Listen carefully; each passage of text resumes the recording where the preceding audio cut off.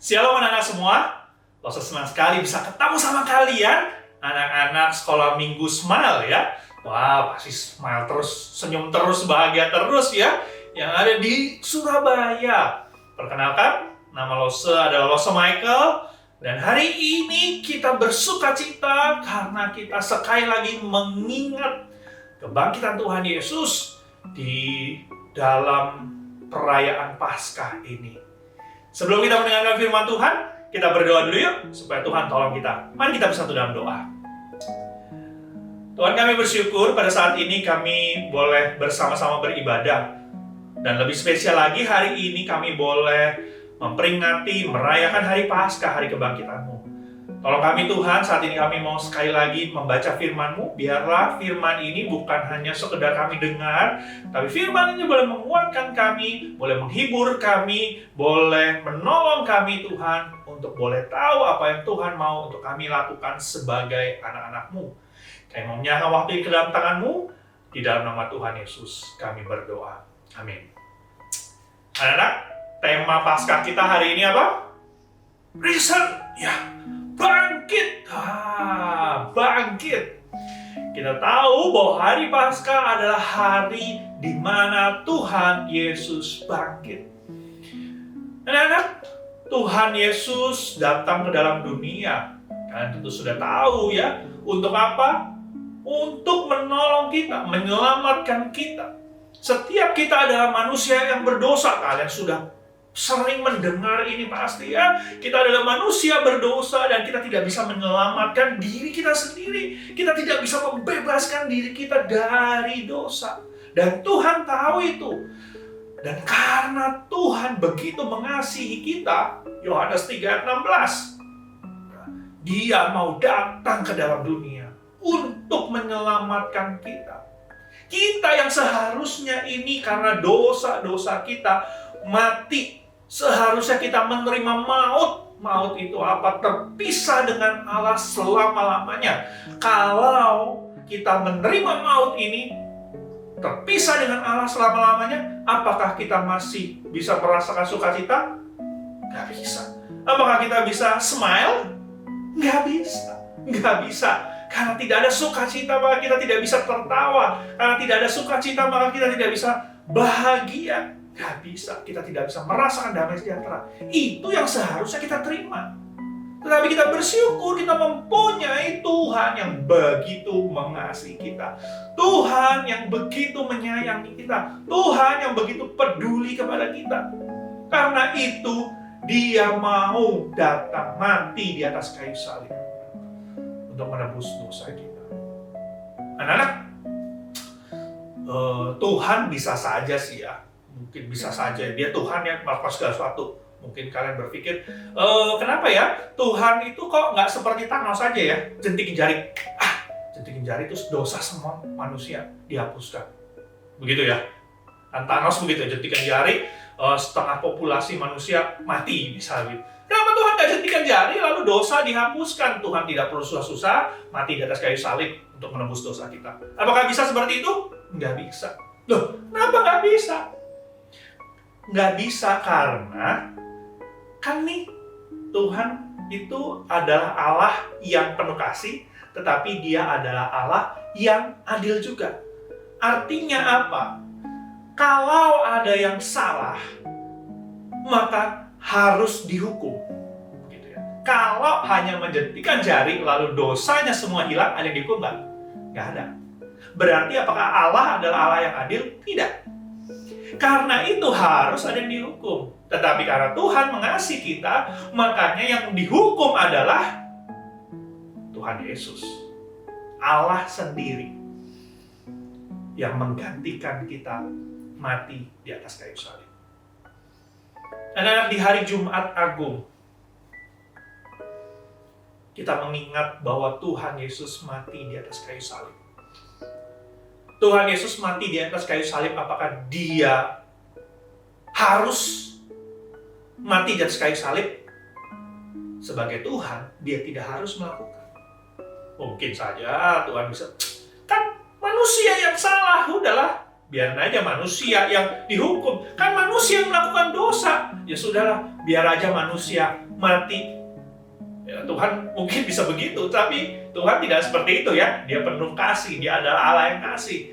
Karena itu, dia gantikan kita mati di atas kayu salib. Kenapa Tuhan Yesus bisa menggantikan kita, bisa menebus dosa kita? Karena dia adalah Tuhan. Dan dia tidak berdosa. Sehingga dia bisa menggantikan kita, menebus dosa kita.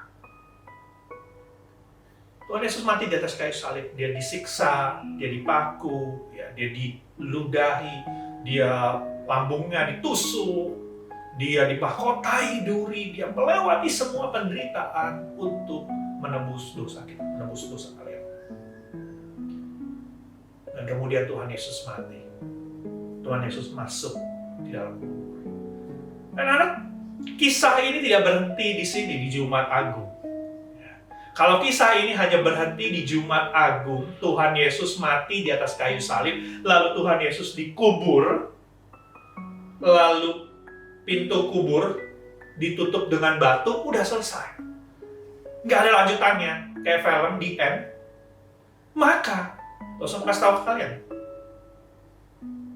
dosa kita belum diampuni. Loh, kok bisa? Kan Tuhan Yesus sudah mati di kayu salib, katanya untuk menebus dosa kita. Ya, kalau Tuhan Yesus tidak bangkit, maka dosa kita belum diampuni, tidak bisa diampuni, tidak bisa dihapus. Kenapa? Karena dia nggak bangkit. Kalau berhenti sampai di situ ya. Tapi kita bersyukur ada hari Paskah, yang hari ini kita sama-sama peringati hari ini, kita sama-sama rayakan pada hari yang ketiga. Lalu Tuhan Yesus bangkit, dia hidup. Kenapa dia bisa bangkit? Kenapa dia bisa hidup? Karena dia adalah Tuhan. Karena itu dia hidup. Dan kebangkitan Tuhan Yesus ini berbeda dengan orang-orang yang pernah dibangkitkan oleh Tuhan Yesus. Ya, benar ya. Ada orang-orang yang dibangkitkan, kayak pemuda yang dari Nain yang mati, ya, yang mati, lalu Tuhan Yesus bangkitkan. Misalnya juga Lazarus, sahabat Tuhan Yesus, mati, lalu Tuhan Yesus bangkitkan.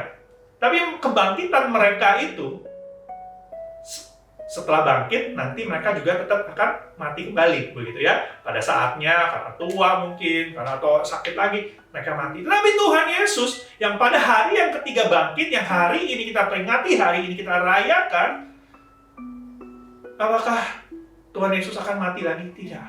Anak-anak, Tuhan Yesus bangkit, dia hidup selamanya. Ini adalah sesuatu yang luar biasa, ini adalah sesuatu yang sangat membahagiakan untuk setiap kita, anak-anaknya. Karena Tuhan Yesus bangkit, maka Tuhan Yesus menang atas kematian. Karena Tuhan Yesus bangkit, maka Tuhan Yesus menang atas kematian. Karena Tuhan Yesus bangkit, maka Tuhan Yesus menang atas si jahat, iblis. Ya, Tuhan Yesus bangkit, menunjukkan kemenangannya. Dan karena kebangkitan Tuhan Yesus, dosa kita bisa diampuni. Karena kebangkitan Tuhan Yesus, maka dosa kita bisa ditebus. Karena kebangkitan Tuhan Yesus. Karena Tuhan Yesus bangkit. Ya, buktinya apa? Wah, banyak sekali ya catatan sejarah, kubur yang kosong. Kemudian juga ada murid-murid Tuhan Yesus yang melihat Tuhan Yesus sengaja menampakkan diri, dan kita mau sama-sama perhatikan dalam Lukas 24. Ya, Yesus menampakkan diri di jalan ke Emmaus. Nah, anak-anak, Lukas 24 ayat 13. Di sini terus sampai 35, tapi kita lihat bagian-bagian tertentu saja ya. Dikatakan begini, pada hari itu juga 2 orang dari murid-murid Yesus pergi ke sebuah kampung bernama Emmaus yang terletak kira-kira 7 mil jauhnya dari Yerusalem. Dan mereka bercakap-cakap tentang segala sesuatu yang telah terjadi. Ketika mereka sedang bercakap-cakap dan bertukar pikiran, datanglah Yesus sendiri mendekati mereka lalu berjalan bersama-sama dengan mereka. Tetapi ada sesuatu yang menghalangi mata mereka sehingga mereka tidak dapat mengenal Dia. Anak-anak, Tuhan Yesus bangkit, lalu Tuhan Yesus menampakkan diri kepada orang-orang murid-muridnya. Ya, murid-murid yang di sini ini bukan murid 12 murid ya, para rasul, bukan, tapi ini murid yang lain. Nah, Tuhan Yesus menampakkan diri kepada dua orang murid ini yang sedang berjalan ke Emmaus. Tetapi dua murid ini sadar nggak ini Tuhan Yesus? Enggak. Kenapa? Kemungkinan karena mereka terlalu sedih gitu ya. Aduh, kenapa Tuhan Yesus mati begitu? Kenapa guru mati? Wah, mereka sangat sedih. Mungkin mereka putus asa, mungkin mereka juga bingung, mungkin mereka kaget. Kok bisa ya Tuhan Yesus mati? Kami berharap Tuhan itu bisa menjadi raja, memerintah. Kok bisa mati begitu ya? Tuhan Yesus bisa melakukan mujizat. Kok mati begitu? Mungkin ya. Waduh, mereka jadi sedih. Mungkin mereka juga bingung, takut, kecewa. Wah, campur aduk. Kalian pernah nggak sedih? Pernah? Waktu lagi sedih banget nih ya, sedih banget. Waktu ada orang ngomong, kita bisa dengarkan dengan baik nggak? Mungkin nggak ya, nggak konsentrasi. Wah, sama nih dua orang ini ya. Waktu Tuhan Yesus ada bersama dengan mereka nggak sadar nih Tuhan Yesus. Mereka masih ngobrol. Ya, di sini dikatakan mereka lalu bercakap-cakap, ngobrol. Mereka nggak sadar. Mungkin karena mereka sedih, mungkin karena mereka takut. Lalu setelah perjalanan mereka ayat 28 ya, mereka mendekati kampung yang mereka tuju, lalu Tuhan Yesus berbuat seolah-olah hendak meneruskan perjalanannya. Tetapi mereka sangat mendesak Tuhan Yesus, katanya, tinggallah bersama-sama dengan kami, sebab hari ini hari telah menjelang malam dan matahari hampir terbenam.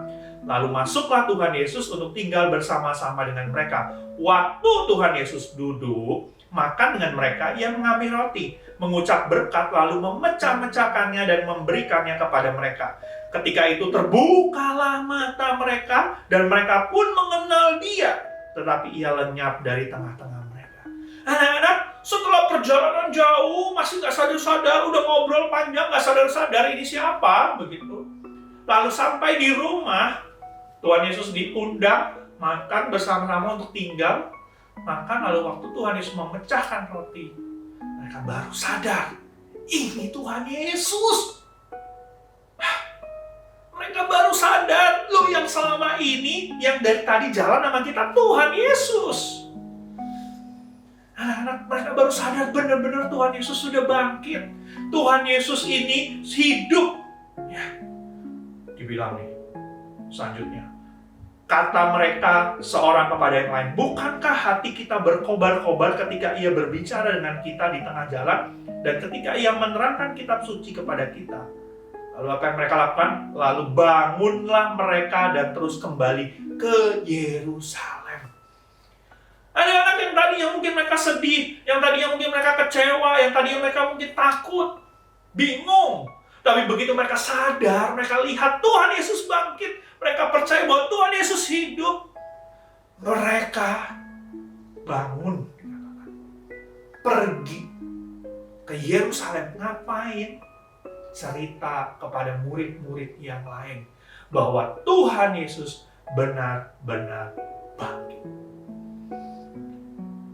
Anak-anak, lo semua sampaikan kepada kalian bahwa Tuhan Yesus benar-benar bangkit. Dia hidup dan Dia ada bersama dengan kita. Tuhan hidup, Dia ada bersama dengan kita. Ada orang-orang yang tidak percaya kalau Tuhan Yesus hidup. Ada orang-orang yang tidak mau percaya kalau Tuhan Yesus hidup. Tapi lo semua bilang, kebangkitan Tuhan Yesus adalah benar-benar terjadi. Kubur yang kosong, murid-murid Tuhan Yesus yang melihat Tuhan Yesus. Ini hanya 2 murid ya. Yang selanjutnya Tuhan Yesus juga menampakkan kepada semua murid. Ya, ada 500 orang yang melihat Tuhan Yesus bangkit. Tuhan Yesus bahkan naik ke surga. Anak-anak, Tuhan Yesus benar-benar hidup. Kalau Tuhan Yesus benar-benar hidup, lalu terus bagaimana? Terus apa? Anak-anak, karena Tuhan Yesus hidup, berarti Tuhan Yesus bisa ada selalu bersama dengan kita nggak? Ya, karena dia hidup. Kalau Tuhan Yesus hidup, berarti Tuhan Yesus bisa menolong kita nggak? Ya, karena Tuhan Yesus hidup, dia bisa menolong kita. Karena Tuhan Yesus hidup, Tuhan Yesus bisa nggak dengar doa kita? Ya, Tuhan Yesus pasti dengar doa kita. Kalau orang mati bisa dengar doa kita nggak?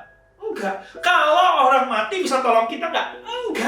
Nggak bisa. Tetapi Tuhan Yesus hidup. Bisa menolong kita? Pasti bisa. Kayak kalian yang hidup, bisa nggak menolong orang lain? Bisa. Kalian yang hidup, bisa nggak mendengar perkataan orang lain? Bisa. Nah, Tuhan kita hidup. Berarti Tuhan bisa tolong kita? Pasti bisa. Tuhan bilang Tuhan akan menyertai kita, Tuhan akan menolong kita, berarti itu benar. Tuhan bilang kalau kita berdoa, Tuhan akan dengar, berarti itu bisa dilakukan Tuhan nggak? Bisa, karena dia hidup. Anak-anak, Tuhan kita hidup. Mari kita bersyukur karena kita mempunyai Tuhan yang hidup, bukan Tuhan yang mati, yang ada di dalam kubur, tetapi Tuhan yang benar-benar hidup. Mari kita bersyukur. Terlebih lagi, kita bersyukur karena dosa kita diampuni. Kita bersyukur karena dosa kita sudah ditebus. Kita bersyukur. Dan apa yang harus kita lakukan? Mari kita percaya kepada Tuhan Yesus. Seperti tema kita hari ini, bangkit. Mari kita bangkit, anak-anak. Bangkit dari apa? Mungkin bangkit dari kesedihan kita, bangkit dari ketakutan kita, bangkit dari dosa-dosa kita. Seperti dua murid tadi, yang tadinya sedih, yang tadinya mungkin banyak pikiran, yang kecewa, tetapi begitu tahu Tuhan Yesus bangkit, mereka pun bangkit. Mereka pergi ke Yerusalem, menceritakan apa yang mereka alami. Anak-anak, mari kita bangkit. Kalau saat ini, di masa-masa pandemi ini, kalian mengalami kesulitan. Mungkin ada di antara kalian yang mungkin kesel, marah-marah. Aduh, ini pandemi ini kenapa begini, kenapa begini. Ayo, jangan seperti itu. Mari kita bangkit. Ya, kalau mungkin kalian sedih, aduh, saya sedih. Saya nggak tahu, mungkin ada di antara kalian karena pandemi ini kehilangan anggota keluarga. Kalian sedih. Anak-anak, mari kita bangkit dari kesedihan kita. Karena kita tahu ada Tuhan yang bersama dengan kita. Tuhan tahu yang terbaik untuk setiap kita. Mungkin ada di antara kalian yang keluarganya mengalami masalah karena pandemi ini. Jangan mengeluh, jangan marah-marah. Mari kita bangkit. Kita bangkit dan kita percaya bahwa Tuhan akan menolong kita. Mari kita lakukan apa yang kita bisa lakukan. Firman Tuhan berkata apa? Di dalam Matius pasal yang ke-28. Ya, Matius 28 di situ dikatakan apa? Di ayat yang terakhir tuh. Pesan Tuhan Yesus kepada murid-muridnya. Setelah Tuhan Yesus memberikan pesan perintah untuk mengajar, yang membaptis dan lain sebagainya, Tuhan bilang apa? Dan ketahuilah, aku menyertai kamu senantiasa sampai kepada akhir zaman. Dan anak yang Tuhan Yesus katakan juga kepada kalian. Dan ketahuilah, aku, Tuhan Yesus, akan menyertai kamu senantiasa. Artinya apa? Terus menerus. Sampai kapan? Sampai kepada akhir zaman. Tuhan tidak pernah meninggalkan kalian. Tuhan ada bersama dengan kalian. Tuhan menyertai kalian. Tuhan menolong kalian. Mari kita bangkit. Kita bangkit. Kita melakukan apa yang Tuhan ingin lakukan. Seperti lagunya dulu waktu Loso remaja ya, ada lagu bangkit, serukan nama Yesus, maju, nyatakan kuasanya, kita buat iblis gemetar, kalahkan tipu dayanya, dengan kuasa namanya. Nah, mari kita bangkit anak-anak. Jangan mau kita ikutin katanya si iblis. Ya. Iblis senang kalau mungkin kita sedih terus. Iblis senang kalau mungkin kita kecewa terus. Iblis senang kalau kita marah terus, ngomel-ngomel karena masalah, kesulitan. Iblis senang kalau kita ini nggak bangkit. Ya, iblis senang. Karena itu jangan ikutin kata iblis. Mari kita bangkit. Ya, ingat kita punya Tuhan Yesus yang selalu ada bersama dengan kita. Dia sudah bangkit, dia hidup, dia ada bersama dengan kita. Mari kita bangkit bersama Tuhan Yesus. Jangan kita biarkan diri kita terus jatuh dalam dosa. Ingat, Tuhan Yesus sudah mati untuk kalian, menebus dosa kalian. Mari kita bangkit dari dosa-dosa kita. Tuhan akan menolong kalian, Tuhan akan memimpin kalian semua. Mari kita bersatu dalam doa. Tuhan, terima kasih, kami bersyukur untuk penebusan yang sudah Tuhan lakukan untuk kami. Kami bersyukur kalau Engkau sudah mati menebus dosa kami. Kami bersyukur Tuhan untuk keselamatan yang Engkau berikan kepada setiap kami. Terlebih lagi kami bersyukur karena Engkau mengasihi kami dan selalu ada bersama dengan kami. Tuhan, hamba-Mu berdoa untuk setiap anak-anak yang ada di GKT Bumi Permai. Kiranya Engkau yang memberkati mereka, Engkau yang pimpin hidup mereka. Mereka boleh terus bertumbuh dalam Engkau. Mereka terus boleh bangkit bersama dengan Engkau berjalan. Mereka meninggalkan dosa-dosa mereka. Mereka boleh, kalau saat ini mungkin ada di antara mereka sedang sedih, biarlah mereka tidak terus ada dalam kesedihan mereka. Mungkin ada di antara mereka yang sedang dalam ketakutan, biarlah mereka boleh bangkit dan mereka tidak ada terus dalam ketakutan. Mungkin ada di antara mereka yang merasa kecewa dengan keluarga mereka, kecewa dengan situasi dan lain sebagainya. Tuhan, biarlah mereka boleh bangkit dari kekecewaan mereka dan mereka boleh melihat Engkau, mereka bersyukur untuk apa yang sudah mereka terima, yaitu keselamatan, penebusannya dari Engkau. Memberkati hidup mereka, Kau menyertai setiap anak-anak-Mu ini Tuhan. Biarlah mereka boleh terus bangkit dan berjalan bersama dengan Engkau. Terima kasih Tuhan. Di dalam nama Tuhan Yesus kami berdoa dan mengucap syukur. Amin. Amin. Selamat Hari Paskah. Tuhan Yesus memberkati kalian semua. Mari kita bangkit.